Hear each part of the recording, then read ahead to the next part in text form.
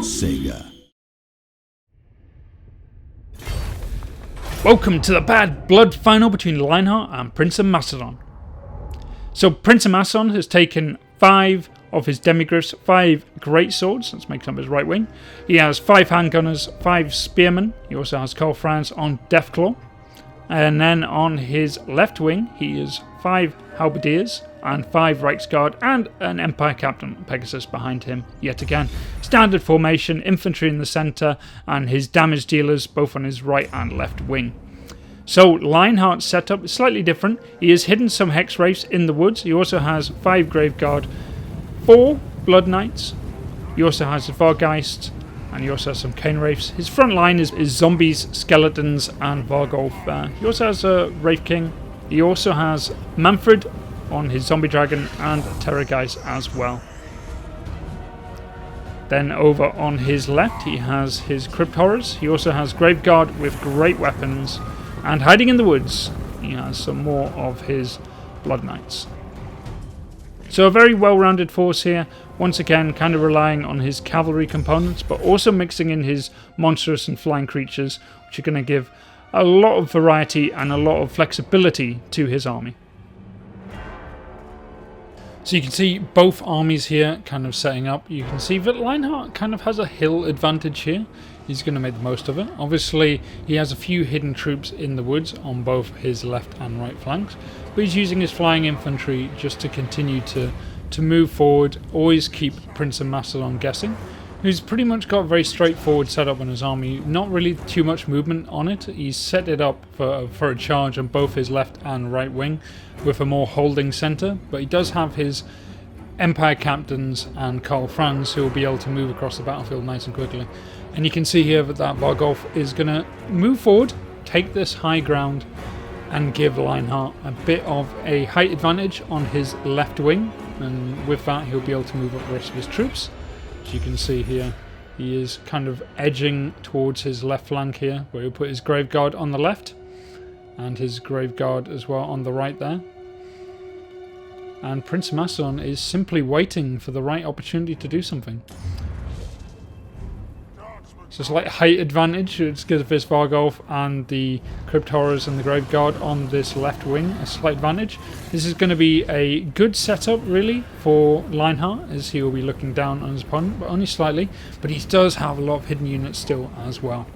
So a lot of waiting, really positioning and really waiting to see who will make the first move in this matchup. You can see those Hex Wraiths still and those Blood Knights on that left wing, just waiting really, trying to see exactly what the moves are going to be from Prince of Macedon, whose army, like I said, is pretty much in the open, nothing hidden, everything just waiting the moment to strike. And it looks like that attack is going to come as he's moving up his cavalry now and his infantry on his right wing. So the first moves coming out of Prince of Macedon with his cavalry moving forward on his left wing. That will be his Reichsguard, as they are going to make a charge at the Graveguard on the right flank of Lionheart, and over on Lionheart's left flank going to be a charge from the demigryphs and the greatswords, and this is where it's going to be the most painful, as they have a perfect max up 4v troops there. The Reichsguard are going to be the first to engage in this battle as the Vargeists come down though and try and interrupt that charge, and they do a good job of it, but it's over on Lionheart's left where the big damage is going to come in. As you can see, those demigryph knights charging in. The Vargeist is there as well, trying to mess up that attack as possible. In come the Terrorgeist as well, but this is a matchup that really goes well for greatswords and the demigryph knights, as they really fight well against infantry and monstrous creatures.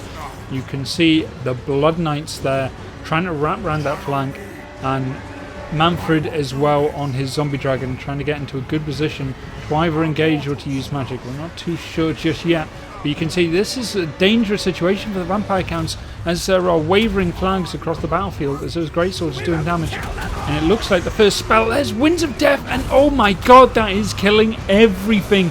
Loads of greatsword units just died, and that is turning what could have been a victorious attack into a possible rout. Karl Franz has been sent in trying to keep calm in the ranks here, but there are white banners everywhere, and those greatswords are starting to flee the field, and this looks like it might swing in Lionheart's favour here.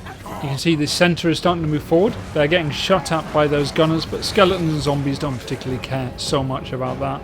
Over on Lionheart's right flank, though, you can see this attack has really just become bogged down. There are Wraiths, Vargeists, lots of Graveguard, and other cavalry as well. So this flank really hasn't made much progress. You can see the centre here engaging now. It is Spearman versus Spearman, Empire versus Vampire Counter, and zombies in there as well. You can see that Lionheart's almost lost Mannfred here. He's on low HP. He's having to use his magic to try and get his HP back up again. This is crisis. If Lionheart loses commander here, there's no way he's going to be able to win this battle. Those Demigraphs are still holding in fine, but you can see here there is going to be a Wraith King, and he might get involved later on, which will be disastrous for that flank. Over on Lionheart's right, you see the Empire Captain trying to keep his troops bolstered up for combat and using his AoEs best he can. Once again, you can see magic missile being fired there by Lionheart onto Karl Franz, and that Wraith King finally decides to charge in and get into combat. And this is going to be disastrous for the front line of Prince of Macedon, because as soon as a hero is involved, especially a melee one, the Wraith King, he will do a tremendous amount of damage. The aerial battle continues as Mannfred is still running away from Prince of Macedon, but he's using his healing magic constantly to keep himself high HP, while Karl Franz, though, eventually has been worn down by that Terrorgeist, and he is going to be chased from the field here, and that is a massive victory for Lionheart, whose commander was so close to dying so many times. The Graveguard trying to wrap around that centre now, and you can also see the Vargolf is charging into the skirmish line, chasing down those gunners and doing a hell of a lot of damage as well. Slowly but surely that front line has started to collapse under the sheer weight of zombie skeletons and the Wraith King, as he is slowly killing everything in front of him. And over on Lionheart's right, a cav charge finally freeing himself up. Everything's been bogged down on that flank for quite a while. And you can see handgunners doing what they can, and Karl Franz has left the battlefield there, and this is looking really bad for the Prince of Macedon now. And this is dire times for the Empire troops now, as their centre is starting to collapse. The Vampire troops are everywhere across the battlefield right now, and even the gunners are in hand-to-hand combat where they do not want to be. And the Vargolf here is going to make a run at those handgunners. Sheer weight of firepower going into the Vargolf there, and eventually they bring it down, but that might be the last hurrah for the Empire here. And it's pretty much just down to the handgunners now. They're completely surrounded though, cavalry behind them, Terrorgeist in the sky, but they are making the last hurrah, firing into everything they can, a little box formation.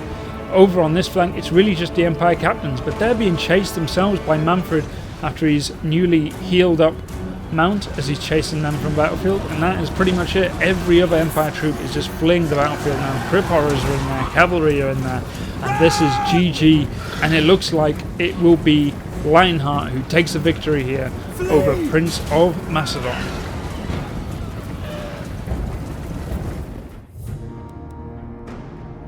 Good game to both Prince of Macedon and Lionheart. Lionheart takes the victory using very good use of his magic on his left wing, able to wrap up those great swords, and with that able to really turn that attack from Prince of Macedon back on himself, and able to just wrap up the rest of the infantry and the skirmish troops. And also, more importantly, being able to keep his legendary lord Mannfred alive by the use of healing magic. He was in dire need of keeping his hero alive. If your legendary lord goes down in those kind of fights, you're pretty much dead. So it was great control there by Lionheart. Commiserations to Prince of Macedon, Heir of Carthage, and Pixelated Apollo, all of which who took part. And we'll see you guys soon.